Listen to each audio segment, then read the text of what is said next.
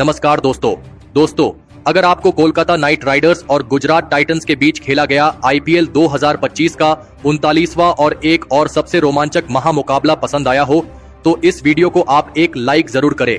इस वीडियो का like target 400 like है, तो इस वीडियो को आप दिल से लाइक जरूर करें।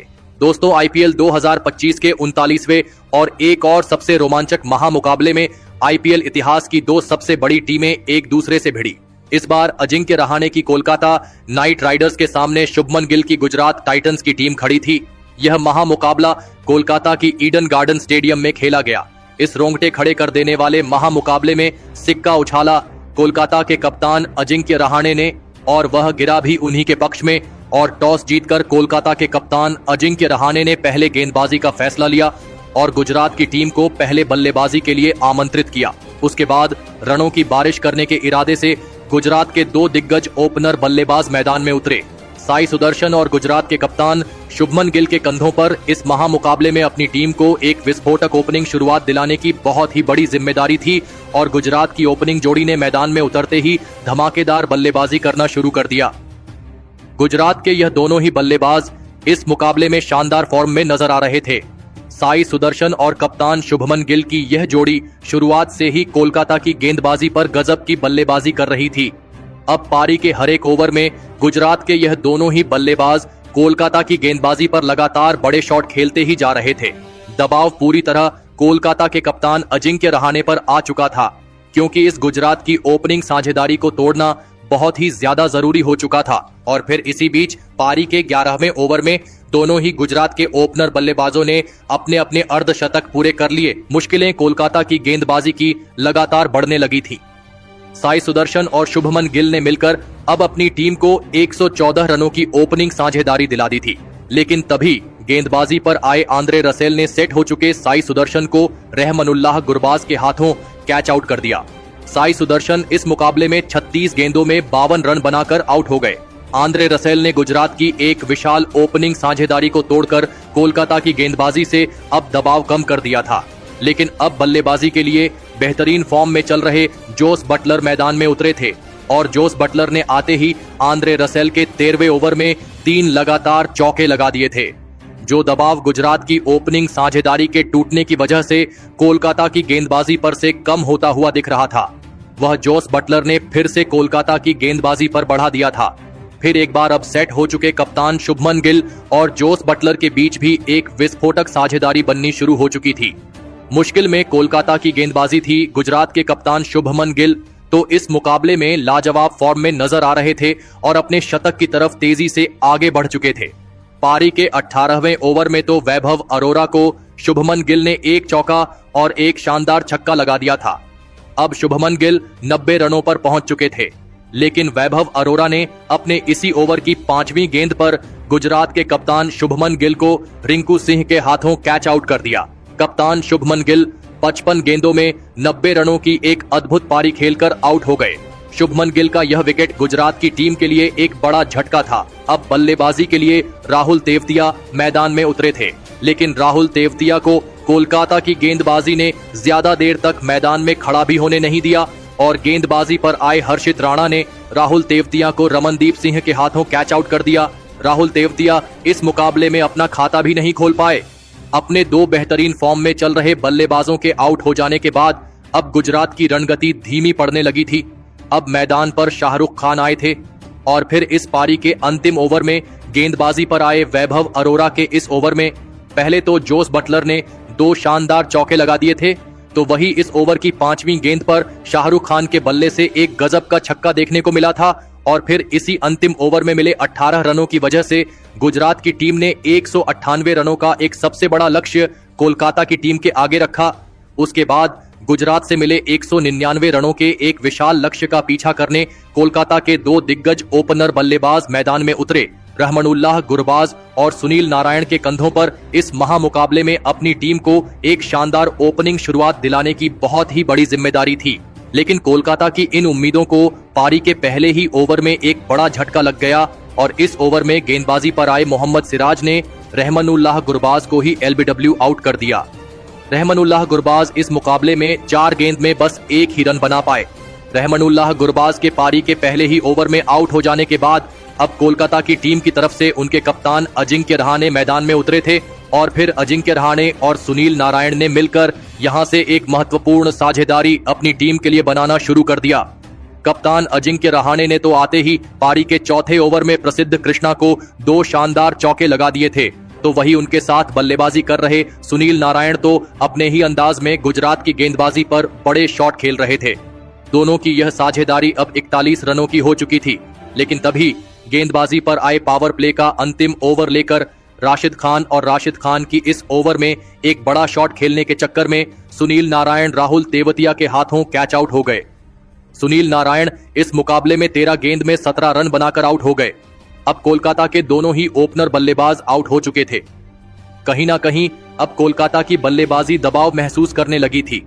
अब मैदान पर वेंकटेश अय्यर आए थे और फिर यहां से सेट हो चुके कप्तान अजिंक्य रहाणे और वेंकटेश अय्यर की इस जोड़ी ने फिर से एक महत्वपूर्ण साझेदारी बनाना शुरू कर दिया था। लेकिन अब गुजरात की गेंदबाजी ने कोलकाता की रन बनाने की गति को धीमा कर दिया था। कप्तान शुभमन गिल कम से कम रन कोलकाता के बल्लेबाजों को बनाने दे रहे थे, जिसने रिक्वायर्ड रन रेट को बहुत ही ऊपर पहुंचा दिया था। दबाव अब कोलकाता के इन 2 बल्लेबाजों पर साफ दिख रहा था। हर एक ओवर में अजिंक्य रहाणे और वेंकटेश अय्यर कि इस जोड़ी को बड़े शॉट खेलना जरूरी हो चुका था। और फिर तभी पारी के 11वें ओवर में कप्तान अजिंक्य रहाणे ने अपने हाथ खोलना शुरू कर दिया और इस ओवर में एक चौका और एक शानदार छक्का लगा दिया। लेकिन उसके अगले ही ओवर में गुजरात की गेंदबाजी ने फिर से कम बैक करके दिखाया और अपने इस ओवर में साई किशोर को गेंदबाजी पर बुलाया और साई किशोर ने आते ही सेट हो चुके वेंकटेश अय्यर को वॉशिंगटन सुंदर के हाथों कैच आउट कर दिया। वेंकटेश अय्यर इस मुकाबले में 19 गेंद में 14 रन बनाकर आउट हो गए। साई किशोर के इस बड़े विकेट ने अब कोलकाता की बल्लेबाजी को बैकफुट पर धकेल दिया था। मुश्किलें लगातार कोलकाता की बल्लेबाजी की बढ़ती दिख रही थीं। अब मैदान पर रिंकू सिंह को भेजा गया था, लेकिन तभी उनके साथ शानदार बल्लेबाजी कर रहे और मैदान में पूरी तरह सेट हो चुके कोलकाता की कप्तान अजिंक्य रहाणे ने अपना इस मुकाबले का एक महत्वपूर्ण अर्धशतक भी पूरा कर लिया। लेकिन अर्धशतक पूरा करने के तुरंत ही बाद गेंदबाजी पर आए वॉशिंगटन सुंदर ने विरोधी कप्तान अजिंक्य रहाणे को जोस बटलर के हाथों स्टंप आउट कर दिया। अजिंक्य रहाणे इस मुकाबले में 36 गेंदों में 50 रन बनाकर आउट हो गए। अब कोलकाता के हाथ से यह मुकाबला निकलने लगा था। रिक्वायर्ड रन रेट का दबाव इतना ज्यादा बढ़ चुका था कि अब कोलकाता के किसी न किसी बल्लेबाज को एक करिश्माई पारी खेलना जरूरी हो चुका था। अब मैदान पर आंद्रे रसेल आए थे और फिर आंद्रे रसेल ने आते ही इसी विकेट वाले ओवर में वॉशिंगटन सुंदर को एक चौका और एक शानदार छक्का लगा दिया था। लेकिन अब मुकाबला आखिरी 5 ओवरों में पहुंच चुका था, जहां पर कोलकाता की टीम को जीत के लिए 85 रनों की जरूरत थी। आवश्यक रन रेट 17 रनों का हो चुका था। अब इस पारी का 16वां ओवर राशिद खान डालने आए थे, लेकिन राशिद खान के इस ओवर में आंद्रे रसेल ने एक शानदार चौका लगा दिया था। लेकिन राशिद खान ने भी इस अपने ओवर में हार नहीं मानी और इस ओवर की 5वीं गेंद पर आंद्रे रसेल को राशिद खान ने जोस बटलर के हाथों स्टंप आउट कर दिया। आंद्रे रसेल इस मुकाबले में 15 गेंद में 21 रन बनाकर आउट हो गए। इस फंसे हुए मुकाबले में कोलकाता की टीम को जिस समय आंद्रे रसेल की सबसे ज्यादा जरूरत थी, उसी समय फिर से इस बल्लेबाज ने कोलकाता के फैंस के दिलों को तोड़ दिया था। अब मैदान पर रमनदीप सिंह आए थे, लेकिन राशिद खान के इस ओवर से कोलकाता की टीम को सिर्फ 5 ही रन मिल गए, जिस वजह से आखिरी 4 ओवरों में कोलकाता की टीम को जीत के लिए 80 रन चाहिए थे। लगभग हर एक ओवर में कोलकाता की टीम को अब 20 रन बनाने थे। लेकिन अब इस पारी का 17वां ओवर प्रसिद्ध कृष्णा डालने आए और प्रसिद्ध कृष्णा ने अपने इस ओवर की पहले ही गेंद पर नए बल्लेबाज रमनदीप सिंह को अपनी ही गेंद पर कैच आउट कर दिया। रमनदीप सिंह इस मुकाबले में 2 गेंद में बस 1 ही रन बना पाए। तो वही उनके बाद बल्लेबाजी पर आए मोइन अली को भी प्रसिद्ध कृष्णा ने ही अपने इसी ओवर में शाहरुख खान के हाथों कैच आउट कर दिया।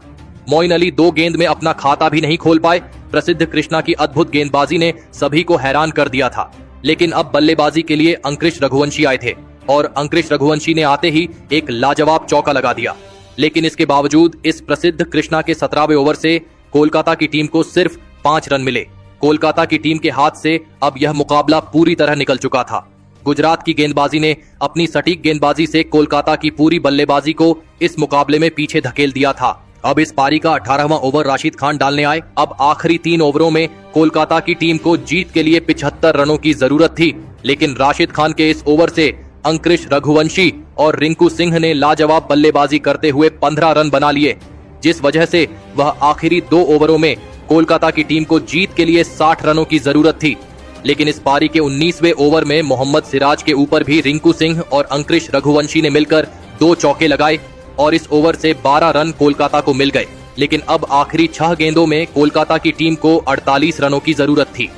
अपनी लाजवाब गेंदबाजी से गुजरात की टीम ने पूरी तरह कोलकाता की इस खतरनाक बल्लेबाजी को इस मुकाबले में बैकफुट पर धकेल दिया था।